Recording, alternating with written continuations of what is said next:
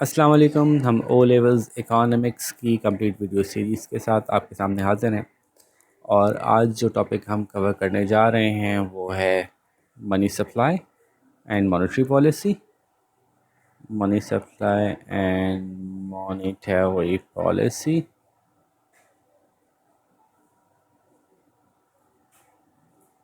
And the second topic is supply side policy। अच्छा, इस सिलसिले में जो हम बुक यूज़ कर रहे हैं वो है ब्रायन टिटली। ब्रायन टिटली की बुक जो है चूँकि पूरे कोर्स को कवर करती है, तो ब्रायन टिटली की बुक को हम एज इज़ फॉलो करते जा रहे हैं, जिसकी वजह से ऑटोमेटिकली पूरा कोर्स कवर हो जाएगा। So this is 4.4 and 4.5 of the book. ठीक है जी, तो शुरू करते हैं मॉनेटरी पॉलिसी या मनी सप्लाई। अच्छा जी, हम जिस दौर में रह रहे हैं इस दौर के साथ कुछ चीज़ें वाबस्ता हैं, वो पहले समझना ज़रूरी है। वो दौर ये है कि अब लोग एक दूसरे से ट्रेड करने के लिए जो मनी यूज़ करते हैं, वो मनी जो है वो उसकी इंट्रिंसिक वैल्यू नहीं है एज सच। इंट्रिंसिक वैल्यू, ठीक है।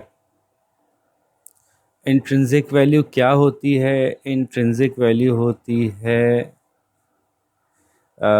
किसी भी चीज़ के अंदर उसकी अंदर असली में उसके अपने अंदर कोई वैल्यू होना किसी वजह से उसकी कोई वैल्यू असाइन होना नहीं है। बल्कि फॉर एग्ज़ाम्पल, अगर मैं गोल्ड का एक कॉइन बनाता हूँ और वो कॉइन जो है वो सब लोगों में मशहूर है कि हाँ भाई ये बादशाह सलामत ने कॉइन बनाया है, ये एक्सेप्टेबल है, तो वो कॉइन कहीं एक्सेप्टेबल हो गया, चल गया, ठीक है। लेकिन किसी दूसरे मुल्क लेके गए जहाँ जो लोग मुझे जानते ही नहीं है, इस बादशाह सलामत के ऊपर उनको कोई ट्रस्ट ही नहीं, लेकिन उसके बावजूद इस गोल्ड की अपनी एक वर्थ है और ये गोल्ड को पिघला के आप बेच सकते हैं एज इट इज़। वो गोल्ड आपको कुछ ना कुछ पैसे रिटर्न करेगा। ये इसकी इंट्रिंसिक वैल्यू है, उसके अपने अंदर एक वैल्यू है। सिर्फ इस वजह से नहीं चल रही कि बादशाह सलामत ने कह दिया इसको एज अ करेंसी चलाओ, बल्कि इसकी अपनी एक वैल्यू है। ऑन द अदर हैंड, जो आजकल मनी हम यूज़ करते हैं उसको हम कहते हैं fiat money, which is a paper and sometimes not even a paper। जब आप ऑनलाइन बैंकिंग कर रहे हैं तो पेपर तो आया ही नहीं आपके पास, ना पेपर गया, बस बैंक में एक जगह लिखा हुआ आ गया कि आपको इतने पैसे आ गए हैं, लेकिन एक्चुअली वो पैसे यहाँ से वहाँ तो ट्रांसफ़र नहीं हुए। तो इट्स अ पेपर और it's even sometimes a note, a piece of information which tells you that you have this much money। ठीक है, और उस पर एक तस्वीर बनी होगी, उस पर लिखा होगा कि बैंक इज़ लाइबल टू पे, या हामिल हाज़ा को मुतालबे अदा करेगा वगैरह वगैरह, और उसकी डोमिनियन लिखी होगी 100 या 1000 या 5000 जो भी। ठीक है, तो एक्चुअली अगर इस पेपर को किसी और ऐसी जगह ले जाया जाए जो इस पेपर को नहीं जानते, तो वो कहेंगे ये कोई कचरा है। 5000 के नोट को कि उनके लिए 50 रुपये की वैल्यू भी नहीं होगी, क्योंकि इस पेपर की अपनी कोई वैल्यू नहीं है, इसका अपना कोई यूज़ नहीं है, इसमें इंट्रिंसिक वैल्यू नहीं है। ठीक है, अब इसमें एक बहुत बड़ा प्रॉब्लम है ये वाली करेंसी को यूज़ करने का। वो क्या है?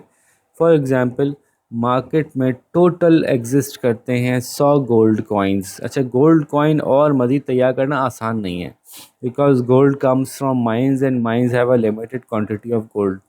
तो इट इज़ नॉट पॉसिबल कि उसको आप जब चाहें जितना चाहें बढ़ा सकें। तो एक सर्टेन क्वांटिटी में ही गोल्ड मार्केट में होता है एक सर्टेन पीरियड ऑफ टाइम के अंदर। और लेट्स सपोज मार्केट के अंदर जो है वो 100 बोरी आटे की है, 100 वीट, ठीक है, 100 बैग्स ऑफ वीट। ओके, और मार्केट के अंदर जो है वो let's suppose 100 bags of potato हैं, पोटैटोज। ठीक है, और लेट सपोज जो रेट तय हुआ है वो कैसे तय होगा? वो ऐसे तय होगा कि अगर मार्केट में सारे लोगों को एक कॉइन्स दे दिए जाएं और उनको उनको ये भी चाहिए है और ये भी चाहिए है, तो वो अपनी डिमांड अपने एग्जिस्टिंग जो उनकी इनकम है इसकी बेस पे करेंगे।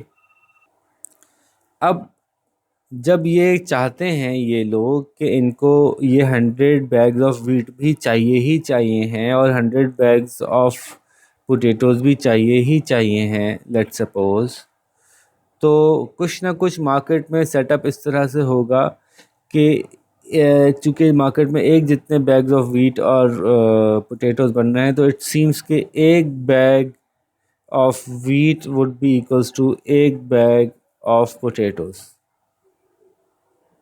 क्योंकि मार्केट में एक जितनी क्वांटिटी में बन रहे हैं। ठीक है, और जो बंदा ये सब कुछ ख़रीदने के लिए 100 रुपये लेके आए, तो इट वुड सीम कि 50 कॉइन का ये ख़रीद लेगा, 50 कॉइन का ये ख़रीद लेगा, मार्केट में जो भी बार्गेनिंग होगी, क्योंकि ये बहुत ज़्यादा लॉन्ग लास्टिंग प्रोडक्ट्स तो है नहीं, पेरिशेबल हैं, तो आखिरकार इनको बेच के तो जाना ही है। तो जब टोटल पैसे ही मार्केट में 100 हैं, तो ये इसमें बेच के जाना पड़ेगा इनको, आज नहीं तो कल, कल नहीं तो परसों, ये इवेंचुअली इस प्राइस में बेच देंगे। तो मार्केट में जो प्राइस तय होगी वो 50 रुपये के 100 बैग, तो एक बैग जो है वो हाफ कॉइन का, एक बैग इसका मिल रहा है, हाफ कॉइन का इसका मिल रहा है। ठीक है, हाफ कॉइन के का एक बैग मिल रहा है। ठीक है, ओके। अब अचानक से एक साहब यहाँ पे खड़े हैं और वो साहब कहीं से कोई लूट मार करके, डाका डाल के और मार्केट में से कहीं से कुछ करके 50 कॉइन के पास और आ जाते हैं जेब में। ये 100 लोग हैं, 100 लोगों के पास 100 कॉइन है, या एक बंदे के पास 50 कॉइन और आ गए। ये बंदा आके मार्केट के साथ क्या करेगा, ये पूरी मार्केट की प्राइसेस को डिस्टॉर्ट कर देगा। ये कहेगा कि लाओ भाई लाओ, मुझे 15 बैग दे दो। क्या 15 बैग? यार मुझे तो बैग यहाँ भी देना है, मुझे तो बैग यहाँ भी देना है, वो बंदा ही मांगने आया है। नहीं नहीं, मुझे एक साथ 15 बैग चाहिए। 15 बैग चाहिए तो फिर मैं महंगे दूंगा। जब आप ज़्यादा डिमांड का प्रेशर लगाते हैं तो फिर सप्लायर कहता है कि ये तो फिर मैं महंगे दूंगा। जब वो महंगे देने की बात करता है तो उसके पास तो 50 कॉइन है, बहुत कॉइन है। 15 बैग तो एक कॉइन का एक बैग भी ले लेगा तो उसके पास कम नहीं पड़ेंगे। अगर ठीक है मैं एक कॉइन का एक बैग दे दूं, लो भाई बैग की प्राइस बढ़ गई। तो जब मार्केट में बैग की प्राइस कब बढ़ी? मार्केट में बैग की प्राइस तब बढ़ी जब मार्केट में पैसे ज़्यादा आ गए बिला वजह। सामान जो बन रहा था वो नहीं बढ़ा, लेकिन पैसे ज़्यादा आ गए, तो अब वही सामान ज़्यादा पैसों का बिकेगा। इवेंचुअली ये पैसे जब घूमते घामते मिल मिला के जब चलेंगे तो पता है क्या हो जाएगा? आखिरकार ये 150 का ये सारा सामान बिक रहा होगा। वही सामान जो पहले 100 में सब कुछ बिक रहा था, अब 150 में सब कुछ बिक रहा होगा। और अगर इस बंदे के पास 100 कॉइन कहीं से आ गए होते तो अब 200 का ये सारा सामान बिक रहा होता और एक एक बैग की कीमत 1 कॉइन हो जाती आखिरकार लॉन्ग टर्म में। देखिए, नंबर ऑफ प्रोडक्ट्स नहीं बढ़े, कुछ भी नहीं बदला, बस कॉइन की वैल्यू गिर गई। गौर से देखें कि कॉइन की वर्थ गिर गई। कॉइन ज़्यादा होंगे तो वर्थ किसकी गिरेगी? कॉइन की गिरेगी। जो चीज़ ज़्यादा मार्केट में आना शुरू हो जाएगी उसकी अपनी वर्थ जो है वो गिरना शुरू हो जाएगी। तो ये बात समझते हुए हम ये बता रहे थे आपको कि इट इज़ नॉट पॉसिबल कि गोल्ड के कॉइन्स को बहुत जल्दी जल्दी आप कहीं से उठा के ला सकें। ठीक है, लेकिन जो करेंसी हमारे यहाँ चलती है ये तो भाई गवर्नमेंट के, स्टेट बैंक के, या जिसको सेंट्रल बैंक कहते हैं, सेंट्रल बैंक की मशीनों पे छपती है, प्रिंट होती है। तो अगर गवर्नमेंट को ज़रूरत होगी तो वो आज 1 बिलियन प्रिंट कर सकती है। प्रिंट करेगी या नहीं करेगी एक अलग बात है, मैं तो सिर्फ समझा रहा हूँ कि 1 बिलियन प्रिंट कर देगी। अगर मार्केट में पहले से लेट सपोज 100 बिलियन मौजूद हैं करेंसी और 100 बैग्स की चीज़ के बिक रहे हैं और 100 बैग्स की दूसरी चीज़ के बिक रहे हैं, तो हाफ बिलियन का ये बैग बिकेगा, हाफ बिलियन का ये बैग बिकेगा, फॉर एग्जांपल ऐसे ही मैं समझा रहा हूँ। और गवर्नमेंट 100 बिलियन और प्रिंट कर देती है जबकि प्रोडक्शन नहीं बढ़ती, तो क्या होगा? सिर्फ और सिर्फ प्राइसेस डबल हो जाएंगी। तो ये जो आप लोग आए दिन रोज़मर्रा प्राइसेस को इतनी जल्दी जल्दी बढ़ते हुए देख रहे हैं अपने इर्द गिर्द, इसका मतलब है कि इसका कहीं ना कहीं लिंक यहाँ से मिल रहा है कि कहीं से पैसे बहुत ज़्यादा या तो प्रिंट हो रहे हैं या मनी को बहुत ज़्यादा मार्केट में रिलीज़ किया जा रहा है। कुछ लोगों के पास बहुत ज़्यादा पैसे अचानक से आ रहे हैं जिसकी वजह से प्रोडक्शन नहीं बढ़ रही, available currency to buy that product वो बढ़ रहा है, जिसकी वजह से चीज़ों की प्राइसेस ऊपर जा रही हैं। ऐसा हो सकता है शायद कि ये वजह हो। ठीक है जी। तो ज़रा जल्दी से अब हम वापस आते हैं अपने असल टॉपिक की तरफ, और टॉपिक ये है कि गवर्नमेंट के पास अपनी इकोनॉमी को कंट्रोल करने के लिए, जहां हमने डिस्कस किया था कि फिस्कल पॉलिसी थी, वहीं जिसमें गवर्नमेंट ने अपना एक्सपेंस और टैक्सेस को कंट्रोल करना था, वहीं गवर्नमेंट के पास एक सर्टेन लिमिट में रहते हुए मनी से रिलेटेड पॉलिसी भी होती है। मनी से रिलेटेड पॉलिसी को हम मॉनेटरी पॉलिसी कहते हैं। अब मॉनेटरी पॉलिसी के कुछ मेजर्स होते हैं कि पैसे को कंट्रोल करके गवर्नमेंट कुछ चीज़ें, कुछ अहदाफ अपने हासिल कर सकती है। गवर्नमेंट के अहदाफ याद है ना? गवर्नमेंट के अहदाफ हैं कि इकॉनमी में ग्रोथ हो जाए, गवर्नमेंट के अहदाफ हैं कि इन्फ्लेशन कम हो जाए, गवर्नमेंट के अहदाफ हैं कि अनएम्प्लॉयमेंट कम हो जाए, गवर्नमेंट के मुख्तलिफ अहदाफ हैं। गवर्नमेंट के अहदाफ हैं कि वेलफेयर बेहतर हो जाए, माशरे में लोग ज़्यादा इक्विटेबल पोजीशन में आ जाएं। ये सारे अहदाफ हमने डिस्कस किए थे पहले। तो फिस्कल पॉलिसी ये कोशिश करती है, तो इस तरह से मॉनेटरी पॉलिसी भी कोशिश कर सकती है। मॉनेटरी पॉलिसी होती क्या है? Monetary policy is about money. तो मनी की पॉलिसी में दो चीज़ें आएंगी। Number one, supply of money in market. कितने पैसे मार्केट में मौजूद हैं, गवर्नमेंट ये कंट्रोल करती है, और ये कंट्रोल कर सकती है कि पैसे ज़्यादा है कम है। अगर मार्केट में पैसे कम मुझे मौजूद लग रहे हैं गवर्नमेंट को, तो गवर्नमेंट क्या करेगी कि नोट छापेगी और मार्केट में अवेलेबल कर देगी। और अगर गवर्नमेंट ये देख रही है कि पैसे मार्केट में बहुत ज़्यादा हो गए हैं, तो समहाउ गवर्नमेंट मार्केट से कैश को कम कर देगी, मार्केट से उठा लेगी। इसकी पूरी प्रोसेसेस मैं भी समझाऊंगा आपको, लेकिन बहरहाल मैं आपको बता रहा हूँ कि मॉनेटरी पॉलिसी में एक तो ये आता है कि सप्लाई ऑफ मनी बढ़ाना या सप्लाई ऑफ मनी कम करना। ठीक है। यही तरह से दूसरा जो टूल है मार्केट में, मॉनेटरी पॉलिसी का दूसरा टूल जो है वो है इंटरेस्ट रेट। इंटरेस्ट रेट पूरी दुनिया में वो रेट होता है जिसके ऊपर के पैसे उधार दिए जाते हैं। इंटरेस्ट रेट के बढ़ाने और कम करने से भी मार्केट में पैसों से मुतालिक पॉलिसी में कुछ मेजर चेंजेस आ सकते हैं। तो अब हर वो काम जो इन दोनों के साथ ऐसा हो कि जिसकी वजह से जीडीपी की ग्रोथ बढ़ने लगे, उसको हम कहेंगे एक्सपेंशनरी मॉनेटरी पॉलिसी। और हर वो चीज़ जिससे जीडीपी की ग्रोथ की स्पीड थोड़ी कम हो, उसको हम कहेंगे कॉन्ट्रैक्शनरी। यही टर्म आपने डिमांड पे फिस्कल पॉलिसी में पढ़ी थी कि फिस्कल पॉलिसी में जब आपको लगता है ये पूरे मुल्क की डिमांड, ये पूरे मुल्क की सप्लाई है, जब पॉलिसी का नतीजा कुछ ऐसा निकलता है कि आपकी जीडीपी पीछे जाने की तरफ जाने लगता है, जीडीपी ग्रोथ कम होने लगती है, तो हम कहते हैं कॉन्ट्रैक्शनरी पॉलिसी है। और वो डिमांड को मूव करा के भी आ सकती है और सप्लाई को मूव करा के भी आ सकती है। बिल्कुल इसी तरह से अगर आपने कुछ ऐसी पॉलिसीज अपना ली कि जिसकी वजह से आपका जीडीपी बढ़ता हुआ नज़र आ रहा है आपको, तो हम उसको कहते हैं एक्सपेंशनरी पॉलिसी। तो डिमांड साइड भी, सॉरी, मॉनेटरी पॉलिसी में भी ऐसा होता है और फिस्कल पॉलिसी में भी ऐसा होता है। तो वापस आते हैं मॉनेटरी पॉलिसी, पैसे से मुतालिक पॉलिसी में दोनों तरह की पॉलिसीज़ हो सकती हैं। एक्सपेंशनरी भी हो सकती है, कॉन्ट्रैक्शनरी भी हो सकती है, और ऐसा भी हो सकता है कि एक तरफ से एक्सपेंशनरी हो, दूसरी तरफ से कॉन्ट्रैक्शनरी हो। एक चीज़ से डिमांड बढ़ने का चांस हो, दूसरी चीज़ से डिमांड को खींचने का चांस हो। तो ये मिक्स ऑफ पॉलिसीज़ बनाया जाता है, ये देखते हुए कि एक्चुअली इस वक्त हमारा टारगेट है क्या। अब एक्चुअली हम डाइव इन करते हैं इनकी डिटेल्स के ऊपर, डेप्थ में चलते हैं। ठीक है। Money supply.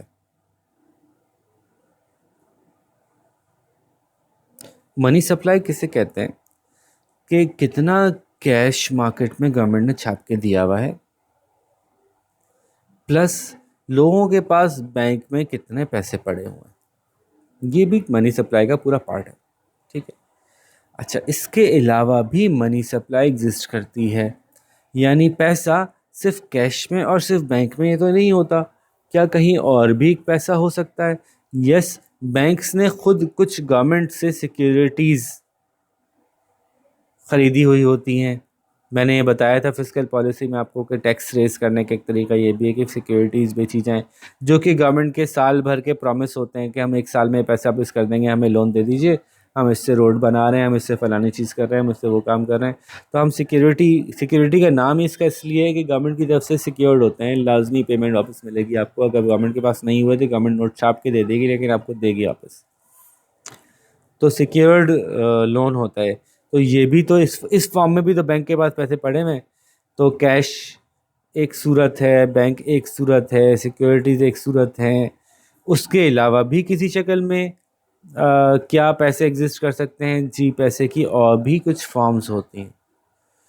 तो गवर्नमेंट अगर मार्केट में एक काम ये करे कि बैंक गवर्नमेंट से कहे कि जी अच्छा, यहाँ पे जब मैं गवर्नमेंट बोल रहा हूँ ना, तो मनी सप्लाई के केस में वो स्टेट बैंक ही समझा जाएगा या सेंट्रल बैंक समझा जाएगा।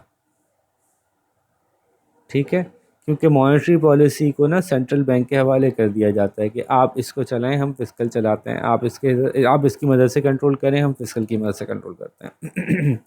तो जब गवर्नमेंट बोला जाए ना मॉनेटरी पॉलिसी में, तो आप समझ लें कि सेंट्रल बैंक या स्टेट बैंक की ही बात हो रही है, वो कंट्रोल कर रहा होता है डायरेक्टली। तो एक बैंक जो है वो सेंट्रल बैंक से कहता है, बैंक आता है सेंट्रल बैंक के पास कि जी मेरे बहुत से कस्टमर्स को गाड़ियाँ चाहिए हैं और गाड़ियाँ ख़रीदने के लिए मुझे कुछ पैसे एक्स्ट्रा और चाहिए। कस्टमर्स मुझसे ऐसे आ रहे हैं जिनके अपने पास पैसे नहीं हैं, वो मुझसे उधार गाड़ी मांग रहे हैं। मेरे वो कस्टमर्स जिन्होंने मेरे पास पैसे रखवाए हुए हैं, मैंने उनके पैसों को यूज़ करते हुए बहुत से लोगों को गाड़ियाँ दे दी, लेकिन और लोग भी गाड़ियाँ उधार पे मांगने आ रहे हैं मुझसे, तो मेरे पास पैसे कम पड़ रहे हैं, क्या आप मुझे पैसे उधार देंगे? अगर सेंट्रल बैंक ये कहता है कि जी 1000 बिलियन मैं मज़ीद उधार के लिए अवेलेबल कर देता हूँ, जितने बैंक्स को चाहिए वो 1000 बिलियन में से लेते रहें, तो इससे क्या होगा, मार्केट में पहले से जो पैसे मौजूद हैं उसमें मज़ीद पैसों का इजाफा हो जाएगा। इसको कहेंगे मनी सप्लाई बढ़ गई। मनी सप्लाई का बढ़ना ऐसे हो जाएगा बड़े आराम से। ठीक है, यही तरह से अगर सेंट्रल बैंक ये कहे बैंक से कि जी अब आप पे लाजिम है कि आपके पास जो कैश है उस कैश में से लाजमन आप 20% की सिक्योरिटीज़ इस महीने ख़रीदेंगे, तो बैंक्स मजबूरन वो सिक्योरिटी ख़रीदेंगे। बैंक जब इस कैश की सिक्योरिटी ख़रीद लेंगे, जो बैंक में लोगों के पैसे रखे हुए हैं उसकी सिक्योरिटी ख़रीद लेंगे, तो बैंक उस पैसे को अब यूज़ नहीं कर सकते दूसरे लोगों को लोन देने के लिए। अगर दूसरे लोग वो लोन लेते तो उस लोन की मदद से खर्चे कर रहे होते और मार्केट में पैसा आ जाता। जब बैंक ये लोन नहीं दे सकेंगे तो मार्केट को फील होगा जैसे कि मनी सप्लाई जो है वो वापस कॉन्ट्रैक्ट हुई है, मार्केट में पैसे कुछ कम हो गए हैं। ठीक है, तो यूँ गवर्नमेंट मनी सप्लाई बढ़ा सकती है, गवर्नमेंट से मुराद स्टेट बैंक या सेंट्रल बैंक, और मनी सप्लाई को कम कर सकता है, एक्सपैंड और कॉन्ट्रैक्ट कर सकता है, और भी तरीक़ों से कर सकता है। मैंने एक एग्जांपल दी है। इसी तरह से एक और तरीका भी है, डायरेक्ट मनी सप्लाई को तो वो कम और ज़्यादा नहीं कर रहा, बल्कि एक रेट होता है जिसको हम इंटरेस्ट रेट कहते हैं। Interest rate is the amount of money that you charge when you lend someone that money. ठीक है, अब इंटरेस्ट रेट मुख्तलिफ लेवल्स पे चार्ज किया जाता है। जैसे सबसे पहले इंटरेस्ट रेट जो चार्ज करता है ना, वो सेंट्रल बैंक चार्ज करता है कमर्शियल बैंक से, और हम इसी रेट की बात कर रहे हैं। सेंट्रल बैंक जो चार्ज करेगा कमर्शियल बैंक से, ये इंटरेस्ट रेट अलग नाम रखा जाता है इसका, ताकि पहचाना जा सके कि ये दूसरा इंटरेस्ट रेट है, वरना है वही इंटरेस्ट रेट। इसको कहते हैं डिस्काउंट रेट।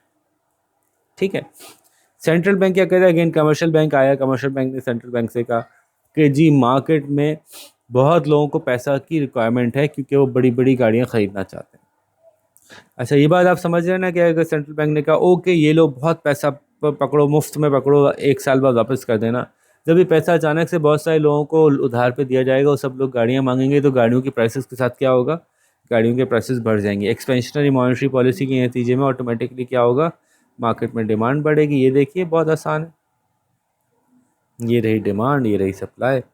जब एक्सपेंशनरी मॉनेटरी पॉलिसी होगी तो लोगों के पास पैसे आएंगे जिससे वो बहुत कुछ खरीद सकते होंगे, डिमांड आगे चली जाएगी। जीडीपी को तो पॉजिटिव पुश मिलेगा लेकिन प्राइसेस भी ऊपर जाएंगी। तो एक्सपेंशनरी मॉनेटरी पॉलिसी जो है वो हमेशा इन्फ्लेशन का बायस बनती है। तो कमर्शियल बैंक जो है वो सेंट्रल बैंक के पास गए कि जी हमें बहुत सारे पैसे चाहिए हैं क्योंकि हमें बहुत सारे लोगों को उधार गाड़ियाँ देनी हैं। सेंट्रल बैंक ने कहा ओके तुम पैसे ले लो मुझसे, लेकिन तुम ऐसा करो कि मुझे पैसे कुछ के बदले कुछ किराया दो, उन पैसों पे कुछ इंटरेस्ट चार्ज करूँगा, मैं सूद लूँगा मैं आपसे। तो सेंट्रल बैंक ने कहा मैं 15% आपसे सूद लूँगा। ठीक है, अब जब कमर्शियल बैंक कहेगा ओके 15% सूद पे, यानी हर साल मुझे 15% एक्स्ट्रा वापस करना, 1 बिलियन लोगे तो 1.15 बिलियन वापस करना एक साल बाद। तो कमर्शियल बैंक कहता है ओके मैं आपसे लोन लेता हूँ, लेकिन अब जब कस्टमर आता है कि भाई मुझे गाड़ी ख़रीदने के लिए लोन दे दो, तो कमर्शियल बैंक कहता है ओके मैं तुमको लोन देता हूँ लेकिन मैं तुमको 20% पे दूंगा। ये देखें 15% पे लिया है, 20% पे दूंगा। इस गैप को भी कमर्शियल बैंक का प्रॉफिट होता है, कमर्शियल बैंक अपना ज़ाहिर प्रॉफिट रखता है।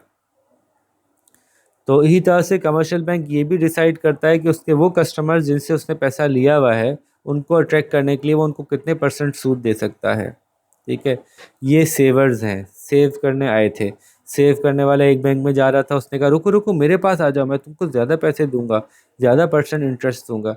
तो इस अमाउंट से ये भी तय होता है कि अगर कमर्शियल बैंक देख रहा है कि डिस्काउंट रेट सेंट्रल बैंक हमसे 15% चार्ज कर रहा है, हम एक्स्ट्रा पैसा उधार लेने के सेंट्रल बैंक को 15% दे रहे हैं, तो क्यों ना लोगों को हम 14% दे के और लोगों से पैसा उधार ले लें।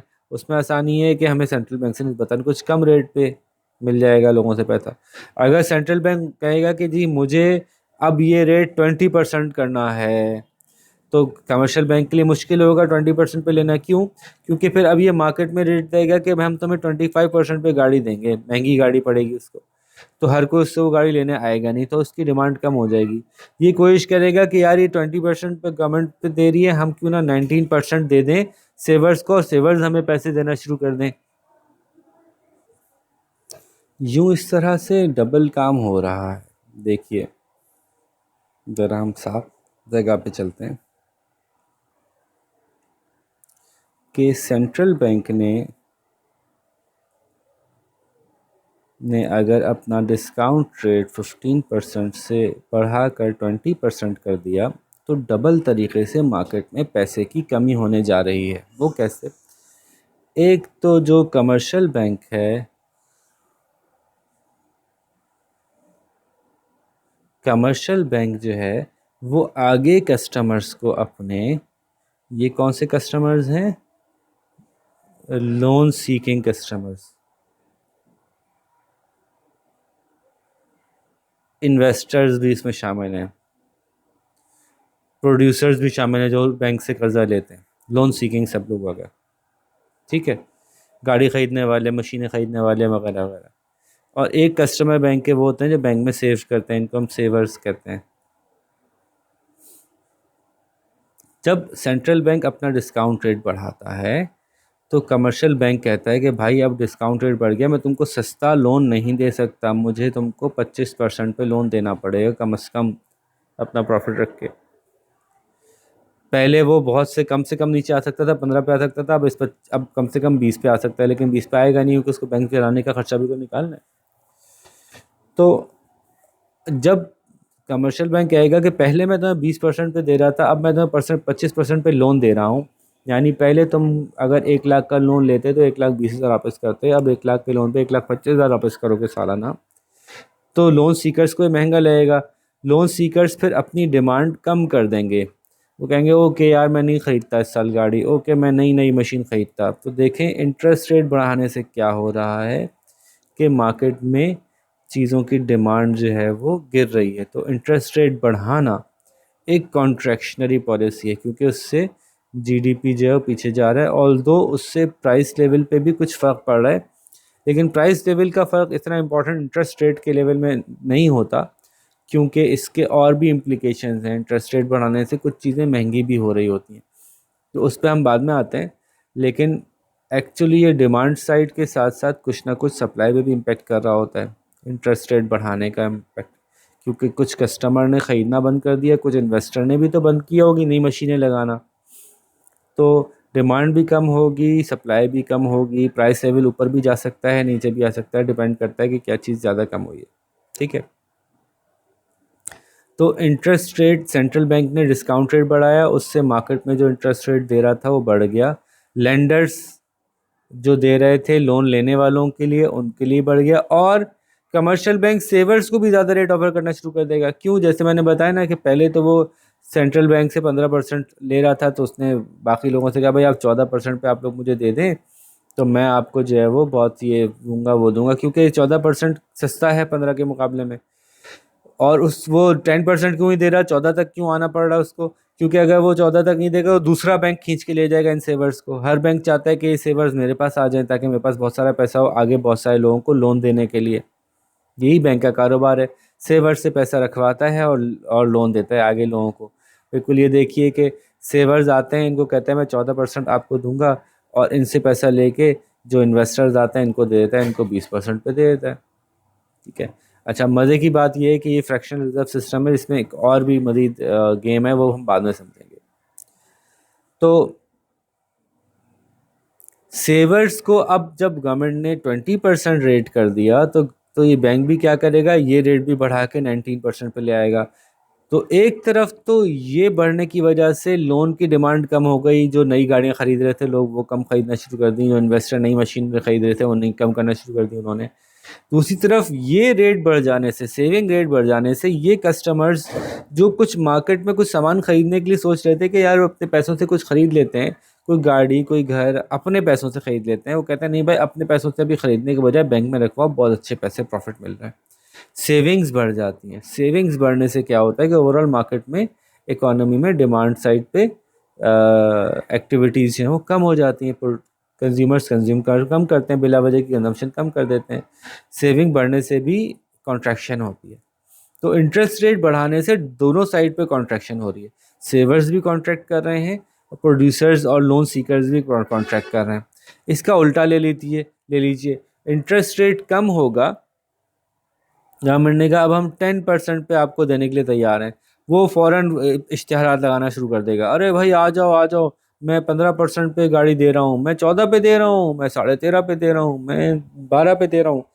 तो सस्ती गाड़ियाँ मिल रही होंगी, बहुत से लोग लोन लेने आ जाएंगे, इससे मार्केट में डिमांड बढ़ेगी। इसी तरह से बहुत से इन्वेस्टर्स लोन लेने आ जाएंगे, उससे सप्लाई भी बढ़ सकती है। इसी तरह से इन लोगों को कहेंगे, ये लोग कहेंगे कि भाई हवा में तुम 19% दो ना, हो गए तुम्हें 19% क्यों दें, सेंट्रल बैंक से 10% पे लोन मिल रहा है हमें, हम आपको बहुत से बहुत 9% दे सकते हैं। तो जब उनको लगेगा कि यार ये तो हमें बहुत कम लोन के रिटर्न दे रहे हैं, तो सेवर्स कहेंगे कि इससे बेहतर हम कहीं और इन्वेस्ट कर दें, या कि इस्तेमाल कर लें, गाड़ी खरीद लें, घर खरीद लें इस पैसे से। तो मार्केट में इनकी भी कंजम्पशन बढ़ जाएगी, डिमांड ऊपर चली जाएगी। तो इंटरेस्ट रेट को कम करना एक्सपेंशनरी पॉलिसी है, इंटरेस्ट रेट को बढ़ाना कॉन्ट्रैक्शनरी पॉलिसी है। ठीक है, तो इसी तरह से मनी की सप्लाई समहाउ बढ़ाना, मार्केट में मनी की अवेलेबिलिटी बढ़ा देना, चाहे ज़्यादा नोट छाप के या किसी भी और ज़रिए से, तो ये एक्सपेंशनरी मॉनेटरी पॉलिसी है। और मनी की समहाउ पॉलिसी, मनी की सप्लाई को कम करना, ये कॉन्ट्रैक्शनरी मॉनेटरी पॉलिसी है। दोनों सूरतों मैंने आपको बताया कि ये पॉलिसी जो है वो स्टेट बैंक अपनाता है, और ये एक रिएक्शनरी पॉलिसी होती है। क्या मतलब हुआ कि गवर्नमेंट जो फिस्कल पॉलिसी अपना रही है, उससे उन्होंने देखा कि गवर्नमेंट ने बहुत ठीक ठाक अपने एक्सपेंडिचर बढ़ा दिए, तो उसकी वजह से मार्केट में जीडीपी तो बढ़ेगा, लेकिन प्राइसेस बहुत ऊपर चली जाएंगी। तो सेंट्रल बैंक क्या करता है, इसको बैलेंस करने के लिए अपनी मॉनेटरी पॉलिसी अपनाता है कि ओके ये हाई प्राइसेस को अभी मुझे काउंटर करना है, क्यों ना मैं अपना डिस्काउंट रेट बढ़ा दूँ। डिस्काउंट रेट बढ़ाने से जो मार्केट में इजाफी बहुत ज़्यादा एकदम से डिमांड क्रिएट होगी, वो थोड़ी सी बैलेंस हो जाएगी। तो यूँ ये हैंड इन हैंड चलती हैं, मॉनेटरी पॉलिसी और fiscal policy. Monetary policy central bank अपने तौर पे इंडिपेंडेंटली चलाने की कोशिश करता है, और फिस्कल पॉलिसी जो है वो गवर्नमेंट। इस तरह से इकॉनमी को आगे की तरफ पुश किया जा रहा होता है, ग्रोथ की तरफ। ठीक है, तो कॉन्ट्रैक्शनरी और एक्सपेंशनरी का मतलब मैंने बताया मॉनेटरी पॉलिसी के हवाले से। एक और पॉलिसी है, उसको लाइटली टच अपॉन किया है फ़िलहाल इस चैप्टर में, आगे जाके वो बड़ी तफसील से आएगी। तो मैं भी यहाँ पे बस लाइटली ही टच अपॉन करूँगा कि एक पॉलिसी होती है जिसको हम कहते हैं एक्सचेंज रेट पॉलिसी।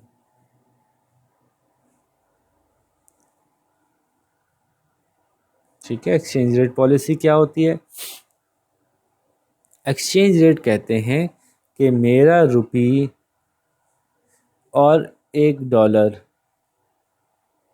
इनका क्या आपस में रिलेशनशिप है, क्या 1 रुपी $1 के बराबर है या नहीं है? जैसे कि आप जानते हैं नहीं है। तो क्या ऐसा है कि मैं बहुत सामान एक्सपोर्ट करता हूँ, बहुत सामान एक्सपोर्ट करता हूँ, तो मेरे मुल्क में बहुत डॉलर आते हैं और बाहर वालों को मुझसे सामान ख़रीदने के लिए रुपी चाहिए होते हैं। मैं बहुत बड़ा मुल्क बन गया हूँ, बहुत बहुत सामान, बड़ी बड़ी गाड़ियाँ बेचता हूँ, बहुत से दुनिया भर के मुल्क कहते हैं कि इनके मुल्क से सामान ख़रीदो।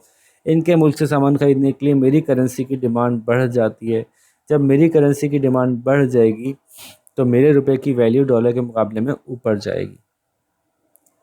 और अगर दूसरी दुनिया के मुल्कों से मुझे बहुत कुछ चाहिए होता है, मेरे पास खुद बनाने के लिए कुछ ख़ास नहीं है, बाहर से मैं बहुत कुछ मांग रहा हूँ, मुझे ये भी बेच ख़रीदना है, मुझे आपसे ये भी ख़रीदना है, यानी इंपोर्ट की डिमांड बढ़ती है। जब इंपोर्ट की डिमांड बढ़ती है तो इसको लिखते हैं एक्सचेंज, ऐसे लिखते हैं। एक्सचेंज रेट जो है वो ऑटोमेटिकली नीचे आता है। क्यों? क्योंकि फिर हर किसी को बाहर के पैसे चाहिए। आपका रुपया बाहर जा रहा है, बाहर वालों से कह रहे हैं प्लीज़ हमें $1 दे दो। जब बाहर डॉलर की डिमांड बढ़ेगी तो डॉलर कहेगा नहीं, मैं तो महंगा हो गया हूँ, मैं ₹1 का एक नहीं आऊँगा, अब मैं ₹2 का एक आऊँगा।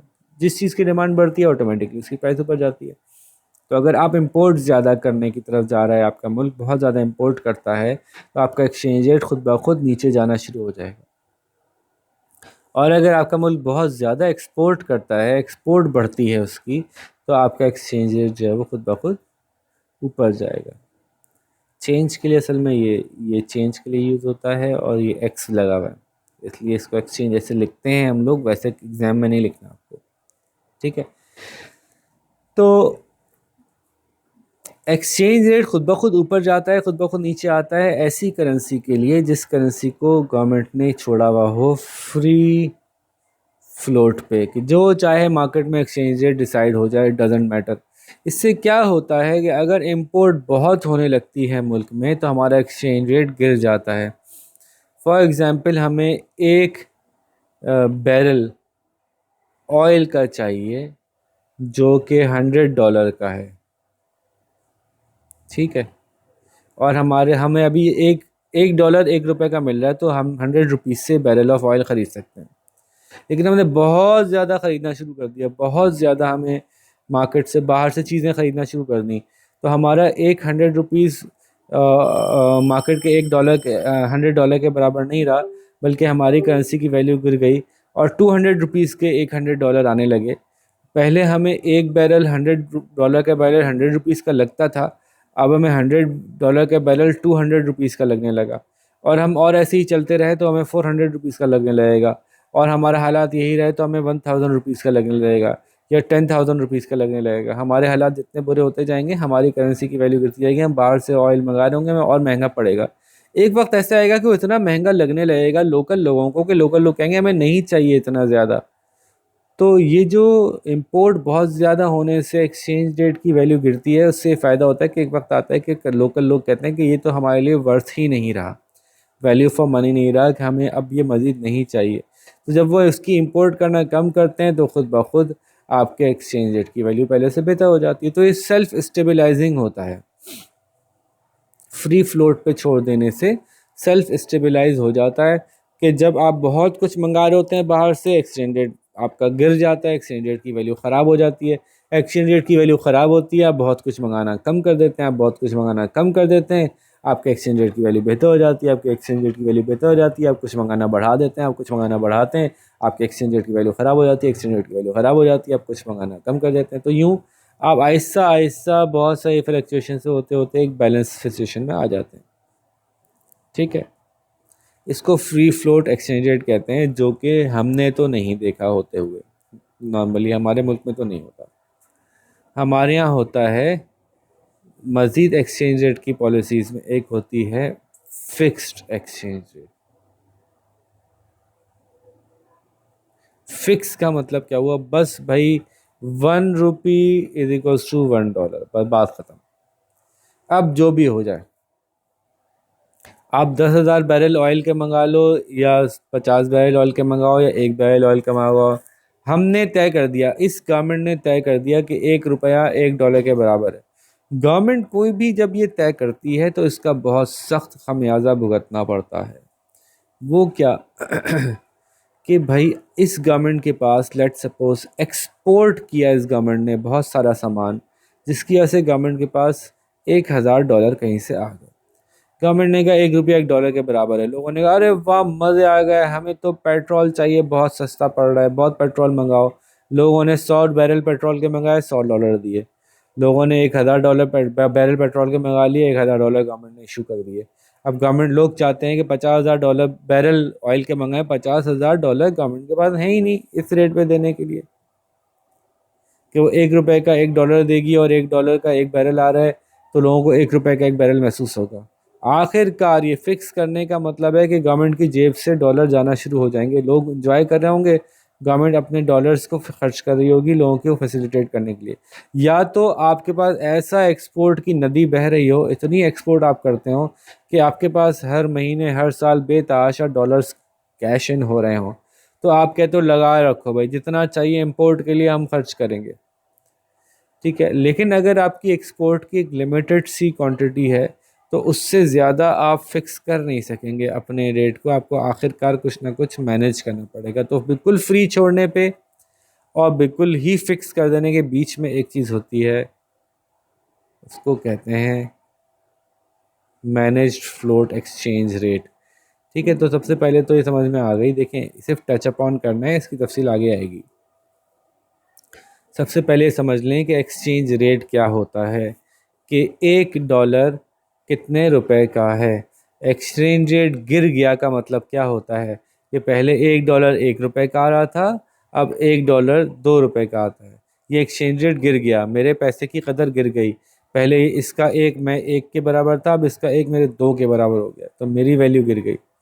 और वैल्यू बढ़ जाने का मतलब क्या होगा कि मैं 8 आने में जो है वो 0.5 रुपीज़ में जो है वो मैं $1 ख़रीद लूँ, तो मेरी वैल्यू बढ़ गई। ये वैल्यू कम और बढ़ती कब है, मैंने बताया इस वैल्यू के कम होने और बढ़ने का ताल्लुक इंपोर्ट और एक्सपोर्ट के साथ है।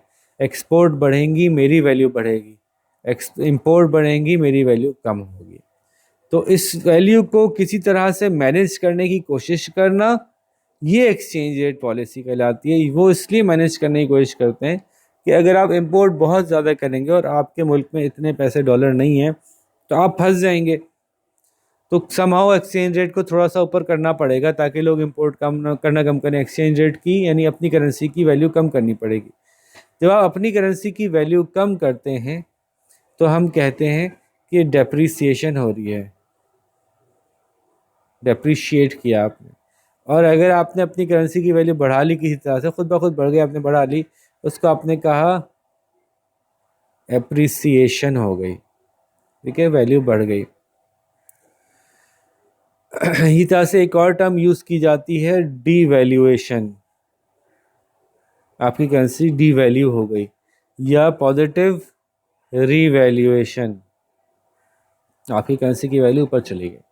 तो करेंसी की वैल्यू ऊपर और नीचे करने से आपकी इंपोर्ट और एक्सपोर्ट पे इम्पैक्ट पड़ता है, जिसकी वजह से आपके ओवरऑल इकोनॉमी की डिमांड पे फ़र्क पड़ता है। वो कैसे, देखिए, अगर आपको पता चला कि हमारे $1 में $1 आना शुरू हो गया है, पता है आपको अभी कितने का $1 आता है? आज का रेट है $1 जो है वो 280 रुपीज़ का है। अब किसी को एक घड़ी ख़रीदनी थी जो $1 की थी, $1 वॉच थी, तो उसको 280 रुपीज़ खर्च करने पड़ेंगे। अचानक से कुछ ऐसा हुआ, हमने बहुत एक्सपोर्ट किया, बड़े ज़बरदस्त हमने कारोबार किया, $1 = 100 रुपीज़ हो गया। अब इस बंदे को ये वॉच सस्ती लगेगी, तो जब हमारी करेंसी की पॉजिटिव रीवैल्यू हो जाएगी, जब हमारी करेंसी अप्रिशिएट करेगी, तो हमारे लोगों को बाहर से चीज़ें मंगाना सस्ता महसूस होना शुरू हो जाएगा। जब ऐसा होगा तो हमारी कंट्री में डिमांड बढ़ेगी।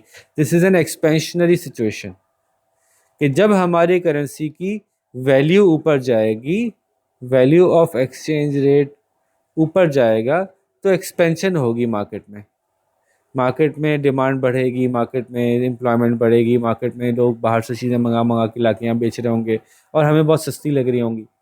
और जब हमारे वैल्यू ऑफ एक्सचेंज रेट नीचे जाएगी तो हमें चीज़ें महंगी लगना शुरू हो जाएंगी, हम पहले से कम चीज़ें डिमांड करेंगे, ये कॉन्ट्रैक्शन क्रिएट करेगी।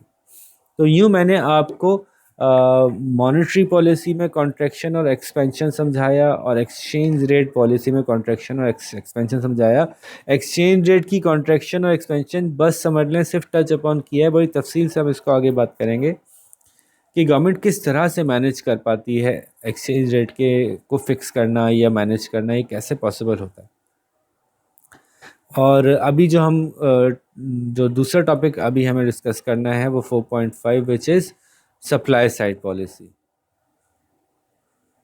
अच्छा, सप्लाई साइड को अलग से पॉलिसी नहीं है, लेकिन चूंकि बहुत इम्पॉर्टेंट होती है इसलिए इसको अलग से डिस्कस किया जाता है।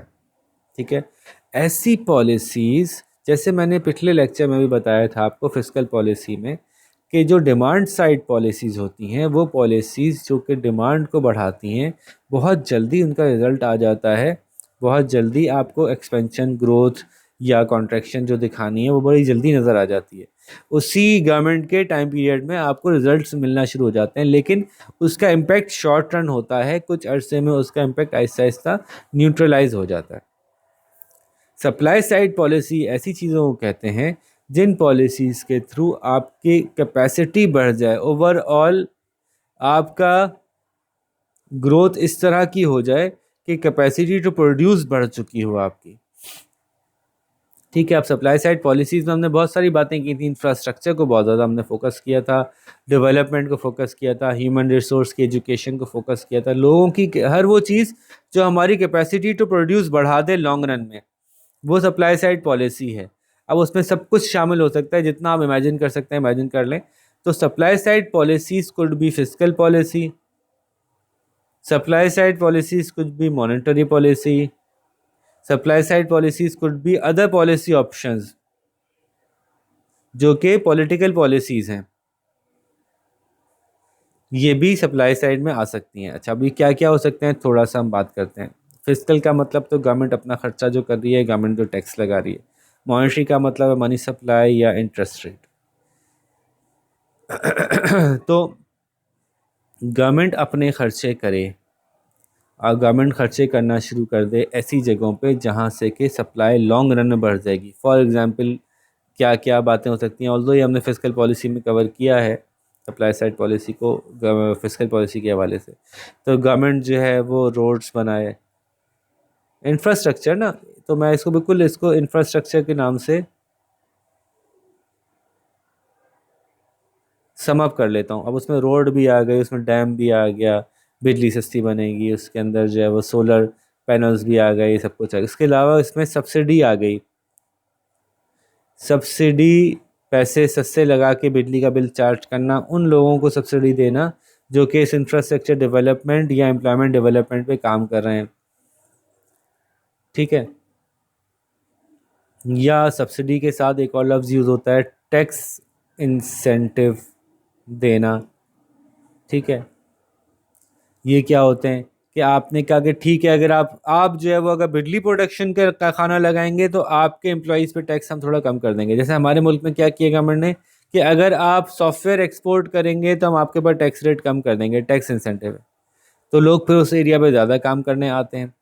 वो एरिया कौन सा होता है? वो एरिया होता है जहाँ से गवर्नमेंट को पता है कि लॉन्ग रन में यहाँ पे हमारे मुल्क की सप्लाई बढ़ जाएगी, प्रोडक्शन की कैपेसिटी बढ़ जाएगी अगर मैंने यहाँ टैक्स इंसेंटिव दिया।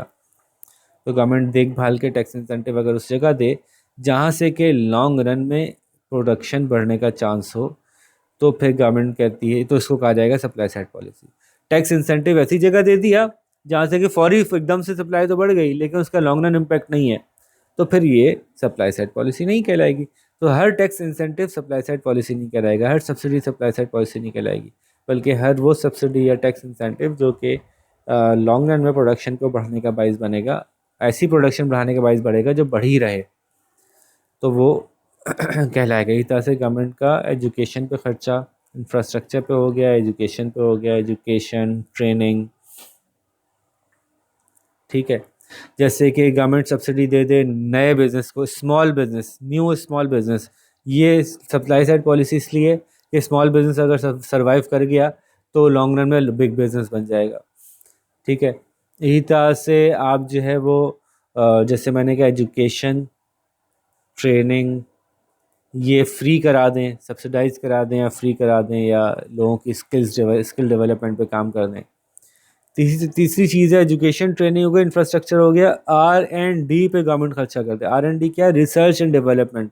नई तरह के बीज बनाने के लिए 50 करोड़ का खर्चा है, इस पर रिसर्च होगी, उसके बाद नया बीज बनेगा, लेकिन वो बीज इतनी प्रोडक्शन करेगा कि लॉन्ग रन में हमारा सप्लाई का बाहर आ जाएगा। तो ये R&D पे जो खर्चा गवर्नमेंट अगर करवाने में हेल्प कर दे तो ये भी सप्लाई साइड पॉलिसी कहलाएगी, ठीक है। फिर और सप्लाई साइड पॉलिसी में एक और पॉलिसी है जी, लेबर पॉलिसी। देखिए लेबर पॉलिसी डायरेक्ट इकोनॉमिक्स को डील नहीं करी, यानी फिस्कल और मॉनेटरी नहीं है, एक्चुअली इकोनॉमिक्स तो डील करती है, फिस्कल और मॉनेटरी नहीं है, बल्कि पॉलिटिकल साइड पे थोड़ी सी जाती है कि कौन कौन लोग लेबर में शामिल होते हैं। फॉर एग्जांपल उन्होंने कहा वर्किंग एज हम कम कर रहे हैं, यानी कम लोगों को, मजीद छोटी उम्र वालों को भी लेबर में हम शामिल कर लेंगे। पहले 18 साल थी, अब 16 साल कर दिया, अचानक से लेबर की सप्लाई बढ़ जाएगी मार्केट में, ठीक है। या उन्होंने कहा जी हम रिटायरमेंट एज कम कर रहे हैं, अब 60 के बजाय 55 में रिटायर कर देंगे, हम लेबर की सप्लाई कम हो जाएगी मार्केट में। इसी तरह से अगर इन्होंने कहा कि जी हम लेबर को ये फैसिलिटीज़ दे रहे हैं, हर वो लेबर जो हमारे मुल्क में काम करता है या हर वो एम्प्लॉई जो एम्प्लॉई है उसको हम रिटायर होने पे इतनी अमाउंट दिया करेंगे गवर्नमेंट की तरफ से, लोग शौक से काम करेंगे, लेबर की सप्लाई मार्केट में बढ़ेगी। बहुत से ऐसे लोग जो अपना काम कर रहे थे वो छोड़ के भी मार्केट में लेबर में अवेलेबल हो जाएंगे।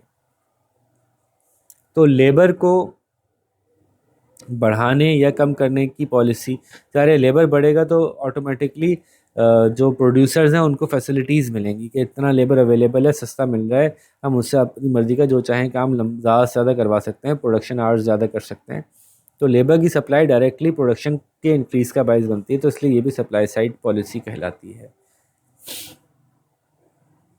तो अगेन इसमें मुख्तलिफ़ चीज़ें आपकी, जैसे बुक को थोड़ा सा आप रीड करेंगे ना तो मैंने आपको ये एक ओवरव्यू देता चले जा रहा हूँ, फर्दर एग्जांपल्स आपके पास बुक में बहुत सी मौजूद हैं, ठीक है। और आगे चलते हैं, एक पॉलिसी है सप्लाई साइड पॉलिसी, उसको हम कहते हैं कंपटीशन पॉलिसी। ये भी अगेन फिस्कल मॉनेटरी नहीं है, ये एक लॉ है जिसके तहत कि गवर्नमेंट कोशिश करती है कि मार्केट में लॉन्ग रन में प्रोडक्शन ज़्यादा हो। तो अगर कोई एक कंपनी नज़र आ रहा है कि वो अकेली ही मार्केट में एक चीज़ प्रोवाइड करती चली जा रही है और उसके आसपास जो छोटे मोटे सप्लायर थे उन सबको उसने खाना शुरू कर दिया, यानी ख़रीदना शुरू कर दिया है, एक बहुत बड़ा प्रोड्यूसर था या सप्लायर तक की चीज़ का, उसने सारे छोटे प्रोड्यूसर्स को ख़रीदना शुरू कर दिया है ताकि सिर्फ वो अकेला ही बेच रहा हो। तो थोड़े दिन में जब वो अकेला हो जाएगा तो अपनी मर्ज़ी की प्राइस चार्ज करेगा और मार्केट में सप्लाई को डाउन कर देगा। ये लॉन्ग रन के लिए बहुत बुरा है। तो कंपटीशन पॉलिसी क्या होती है कि मार्केट को ऐसा रखना कि उसमें न्यू एंट्रेंट इजीली आ सकें, और अगर कोई ऐसी मार्केट है जहां मोनोपोली बनने जा रही है तो उसको तोड़ना, मोनोपोली को ना बनने देना, ठीक है। तो इस तरह की सिचुएशन में गवर्नमेंट ऐसे लॉज बनाती है, ऐसी रेगुलेशंस बनाती है कि मोनोपोली बनाना पॉसिबल ना हो, या अगर कोई मोनोपोली मजबूरन बनी जाए तो वो अपनी मर्ज़ी की प्राइस सेट ना कर सके, अपनी सप्लाई कम ना कर सके, ठीक है। इसी तरह से एक और पॉलिसी है कि समहाउ ट्रेड के अंदर मौजूद जो बैरियर्स हैं उनको कम करना, रिड्यूस करना। ट्रेड बैरियर्स क्या होते हैं? ट्रेड बैरियर्स वो होते हैं कि आपकी समहाउ टैक्स बहुत लगा हुआ है, ठीक है, जिसकी वजह से कि ये कौन सा टैक्स है? इंपोर्ट टैक्स लगा हुआ है। मार्केट में बहुत सी काम की चीज़ें नहीं आ पा रही हैं। एक मिसाल के तौर पे हमारे मुल्क में जी स्टील नहीं बनता अगर, तो हमें बाहर से स्टील मंगाना है। अब अगर बहुत ज़्यादा इंपोर्ट बैरियर, ट्रेड बैरियर लगा हुआ है तो हम बाहर से स्टील मंगाते हैं, बहुत महंगा पड़ता है। लोकली फिर स्टील से रिलेटेड हर चीज़ महंगी हो जाती है। तो गवर्नमेंट यहाँ पे इस ट्रेड बैरियर को रिड्यूस करने की कोशिश करेगी। अब उसमें ये भी देखा जाएगा कि हमारे पास कैपेसिटी कितनी है। तो गवर्नमेंट ट्रेड बैरियर उन चीज़ों पे से कम कर दे जो चीज़ें सप्लाई बढ़ाने का बायस बन रही हैं, और उन चीज़ों पे से कम ना करे जो चीज़ें सप्लाई बढ़ाने का बायस नहीं बन रही। बहुत आम सी मिसाल दी जाती है कि गवर्नमेंट ये कहे कि अगर बाहर से स्टील आएगा तो हम उस पर टैक्स नहीं लगाएंगे, कम टैक्स लगाएंगे, लेकिन बाहर से कार आएगी तो हम उस पर टैक्स लगाएंगे। ये क्या है? ये ट्रेड बैरियर कंज्यूमर गुड को रोक रहा है और प्रोड्यूसर गुड को आने दे रहा है। इससे सप्लाई बढ़ेगी दोनों तरह से। जब कार बाहर से बनी बनाई आ जाएगी तो यहाँ पे कार के कारखाने बंद हो जाएंगे। तो गवर्नमेंट ने कार को आने से बंद किया और गवर्नमेंट ने कहा कि स्टील को आने दो। स्टील आएगा तो यहाँ पे कार के कारखाने में भी इस्तेमाल होगा, यहाँ पे लोकल गाड़ियाँ ज़्यादा बनेंगी, बाहर की तो बहुत महंगी आ रही हैं, गवर्नमेंट ने टैक्स लगाया हुआ है, तो लोकल गाड़ियाँ लेने में लोग ज़्यादा इंटरेस्टेड होंगे। तो यूँ ऑटोमेटिकली लॉन्ग रन सप्लाई बढ़ेगी ट्रेड बैरियर सर्टेन चीज़ों पे से हटाने पे। एक और तरीका है जी प्राइवेटाइजेशन। प्राइवेटाइजेशन क्या है कि बहुत से मुल्कों में गवर्नमेंट के पास बहुत सी इंडस्ट्रीज़ होती हैं, उसकी मुख्तलिफ वजूहत होती हैं। बाज़ औक़ात माजी में गवर्नमेंट ने इंडस्ट्रीज़ को ज़बरदस्ती ओन कर लिया होता है, बाज़ औक़ात गवर्नमेंट ने अपनी शुरू की होती है, कोई और प्रोवाइड नहीं कर रहा तो चलो हम प्रोवाइड कर दें। इन एनी केस जब कुछ अरसे मामला चल जाता है तो गवर्नमेंट की इंडस्ट्रीज़ हमेशा इनएफिशिएंट होती हैं, कम प्रोड्यूस करती हैं। गवर्नमेंट अगर उनको मार्केट में बेच देगी तो वही इंडस्ट्री पहले से ज़्यादा प्रोड्यूस करना शुरू कर देगी, तो प्राइवेटाइजेशन से फ़ायदा होगा। लेकिन हमारे मुल्क में प्राइवेटाइजेशन का एक और तरीका ये होता है कि उस कंपनी की जो वैल्यूएशन है वो इतनी कम लगाई जाती है कि जब वो बेची जाती है तो वो उस बंदे के लिए बेहतर यही होता है कि उसको आगे बेच के चले जाए। फॉर एग्जांपल पीआईए है, पीआईए की वर्थ अगर 500 बिलियन होगी तो उसकी वैल्यूएशन ऐसी करवाई जाएगी कि वो 50 बिलियन पे बिक जाए और अपने जानने वालों को बेच देंगे। अब वो बंदा जो 500 बिलियन की चीज़ 50 बिलियन पे खरीद चुका है, वो उसको चलाएगा क्यों? चलाने का क्या फ़ायदा? उसको वो 500 बिलियन पे बेचे और अपने 400-450 बिलियन को पक्का करके बाहर निकले। चलाने की क्या ज़रूरत है? तो लोग इंटरेस्टेड पे कम होते हैं।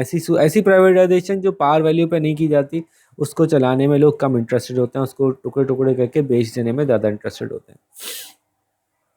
यही तरह से और भी सारी मैं टर्म्स इंट्रोड्यूस कर रहा हूँ जो कि सप्लाई साइड में यूज़ की जाती हैं। कुछ इकोनॉमिक डायरेक्टली फिस्कल पॉलिसी और मॉनेटरी पॉलिसी से रिलेटेड थी, मैं बता चुका। कुछ उसके बाहर की चीज़ें, रेगुलेशन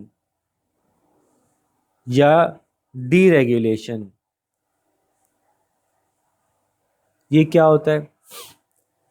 गवर्नमेंट ने ये रूल बना दिया अब से जो है वो आपको जो है वो कम से कम मिनिमम क्वांटिटी ऑफ पेड़ा इतना रखना पड़ेगा तो एक रोटी मानी जाएगी। ये रेगुलेशन है। ये क्या बात हो, क्या वाकई गवर्नमेंट ऐसे करती है? जी जनाब, पूरे मुल्क में रोटी के पेड़े का वज़न तयशुदा है कि इतने ग्राम का एक पेड़ा होगा तो रोटी की ये प्राइस होगी। अगर आपके पेड़े का वज़न ये नहीं होगा तो रोटी की ये प्राइस नहीं, ये प्राइस चार्ज करेंगे आप। तो ये गवर्नमेंट तय करती है हमारे मुल्क में, या गवर्नमेंट, ये रेगुलेशन है। गवर्नमेंट ने कहा कि अब जब रेगुलेशन बढ़ती चली जाएगी ना तो सप्लाई प्रोड्यूसर के लिए प्रोडक्शन मुश्किल होती चली जाएगी। गवर्नमेंट ने कहा कि जी आपकी फैक्ट्री से इससे ज़्यादा धुआं निकला, फैक्ट्री बंद कर देंगे। धुएं की रेगुलेशन, आपकी फैक्ट्री से इससे ज़्यादा नॉइज़ आई, फैक्ट्री को बंद हो जाना पड़ेगा, इतना टैक्स देना पड़ेगा। या आपको जो है वो इतना बड़ा एरिया आपने यूज़ किया, अब आपको इतने बड़े एरिया पे ग्रीनरी उगानी पड़ेगी। रेगुलेशन में मुख्तलिफ तरह के रूल्स हैं जो वो पब्लिक को के वेलफेयर को सेफगार्ड करने के लिए गवर्नमेंट लगाती है, लेकिन बाज़ औक़ात वो इतने हार्श हो जाते हैं कि प्रोड्यूसर उससे डिस्करेज होता है। तो जब ये रेगुलेशंस कम की जाएंगी तो उसको डीरेगुलेशन कहा जाएगा। जब वो रेगुलेशंस लगाई जाती हैं तो आमतौर पे वो कंज्यूमर के फ़ायदे, सोसाइटी के फ़ायदे के लगाई जाती हैं। फॉर एग्जांपल, एडवर्टाइज़र कोई ऐसी चीज़ एडवर्टाइज़ नहीं कर सकता जो उसके प्रोडक्ट में असल में नहीं हो। हमारे मुल्क में देखो इस पर कितना कम कंट्रोल है, कैसी कैसी बातें कहते हैं, ये खाने से ये हो जाएगा, ये चीनी वाला जूस पी के पता नहीं तुम दूसरी दुनिया की मखलूक बन जाओगे, सुपरमैन बन जाओगे। तो इसी तरह से रेगुलेशंस जो हैं वो अगर कम करते हैं हम, बहुत सारी जगहों पे रेगुलेशन बिज़नेस के प्रोडक्ट फ़ायदे के लिए भी होती है, जैसे कि कंपटीशन से रिलेटेड रेगुलेशन है, वो ऐसे बिज़नेस को आगे नहीं ग्रो करने देती जो दूसरे बिज़नेस को खा रहे होते हैं। ठीक है, तो एम्प्लॉयज़ से रिलेटेड रेगुलेशन होती हैं कि भाई आप अपने एम्प्लॉयज़ को इतने वक्त से ज़्यादा आप काम नहीं करवा सकते, इतने से कम सैलरी नहीं दे सकते। तो some regulations are good for society, लेकिन ओवरऑल जनरली रेगुलेशन बढ़ाने से क्या होता है कि सप्लाई को क्रंच होता है, सप्लायर को मुश्किल होती है, प्रोड्यूसर को थोड़ा सा मुश्किल होती है। इस तरह से इन्वायरमेंटल रेगुलेशन भी होती है, जैसे मैंने बताया धुआं निकलने पर रेगुलेशन। जब आप डीरेगुलेट करते हैं सम ऑफ द बर्डन्स कम हो जाते हैं। अब डीरेगुलेशन बातों का आपने इसलिए किया होता है कि आप देख रहे होते हैं कि ऑल्दो के सोसाइटी के लिए बेनिफिशियल तो थी, लेकिन मार्केट में इतना ज़्यादा क्रंच आया हुआ है या प्रोडक्शन कम हुई हुई है कि अभी मुझे सप्लायर को बेनिफिट देना है, तो आप डीरेगुलेट करते हो। कुछ डीरेगुलेट का मतलब है आप कुछ ना कुछ अपनी रेगुलेटरी जो पॉलिसी है उसमें नरमी लेके आते हो, प्रोड्यूसर पहले से ज़्यादा प्रोड्यूस कर पाता है। मिसाल के तौर पे आपने कहा किसी भी लैंड पे जो एग्रीकल्चर होगी उस पे आप सोलर पैनल नहीं लगा सकते, और सोलर पावर का जो सप्लाई करती हैं कंपनियां वो तलाश कर रही हैं नॉन एग्रीकल्चर लैंड, उनको बहुत महंगी मिल रही है। आपने देखा है मुल्क में सप्लाई बहुत कम हो गई बिजली की, इन लोगों को आने देना पड़ेगा। आपने कहा ओके, जो बैरन लैंड है एग्रीकल्चर की, वो लैंड जहाँ एग्रीकल्चर हो नहीं रहा लेकिन लिखा हुआ एग्रीकल्चर है उसके ऊपर, उस पर भी आप सोलर पैनल लगा सकते हो। वो उनको सस्ती पड़ गई, वो सस्ती मिल गई तो फटाफट बेताशा लोग आके सोलर पैनल लगाना शुरू कर दिया, उन्होंने उससे बनी बिजली को बेचना शुरू कर दिया। तो ये डीरेगुलेशन बाज़-औक़ात प्रोडक्शन में सप्लाई में बढ़ाने का बायस बनती है, और जब डीरेगुलेशन सप्लाई बढ़ाने का बायस बनेगी तो ये भी सप्लाई साइड पॉलिसी बन जाएगी। तो यूँ सप्लाई साइड पॉलिसीज़ को आप तलाश करते हैं तमाम पॉलिसीज़ में से वो पॉलिसीज़ जो कि ओवरऑल मुल्क की प्रोडक्शन बढ़ाने का बायस बने। तो अगर इस एंगल से देखा जाता है तो बहुत से पॉलिटिशियंस इसमें इंटरेस्टेड कम इसलिए होते हैं कि सप्लाई साइड पॉलिसीज़ का रिज़ल्ट निकलता है 5 साल, 8 साल, 10 साल में, और उस वक्त तक उनका टेन्योर ख़त्म हो चुका होता है। इसलिए भी इकोनॉमिस्ट बड़ा पुश करते हैं कि सप्लाई साइड पॉलिसी अपनाओ, सप्लाई साइड पॉलिसी अपनाओ, लेकिन पॉलिटिशियन आमतौर पर डिमांड साइड पे कंटेंट हो जाते हैं। ठीक है, तो यहाँ तक हमारा 4.4 और 4.5 कंप्लीट हुआ। 4.6 अब इकोनॉमिक ग्रोथ पर बड़ा डिटेल डिस्कशन। अभी तक जो हमने टच अपॉन किया था ना, तो अब ज़रा डिटेल में हम बात करेंगे इकोनॉमिक ग्रोथ क्या होती है, जीडीपी की कैलकुलेशन इन डेप्थ देखेंगे क्या होती है।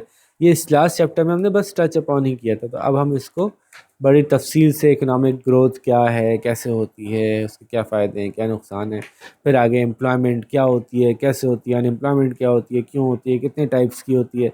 तो ये जो हमने अभी जो पढ़ा ना, ये सब एक हमने समझ लें कि ऊपर से कवर देखा है। अब इन डेप्थ जो है वो हम इन तमाम चीज़ों को जो हमने अब तक डिस्कस की हैं उनके पूरे पूरे चैप्टर्स आ रहे हैं, लेकिन मैंने आपको जो कवर है वही इतनी तफसील से समझाया है ताकि कि जब आप इन डेप्थ चैप्टर्स को पढ़ रहे हो तो कोई भी चीज़ आपको बहुत ज़्यादा नई ना लग रही हो। ठीक है जी, तो यहाँ पे आपसे ज़्यादा चाहेंगे, अपना बहुत सारा ख्याल रखिएगा। अल्लाह हाफ़िज़।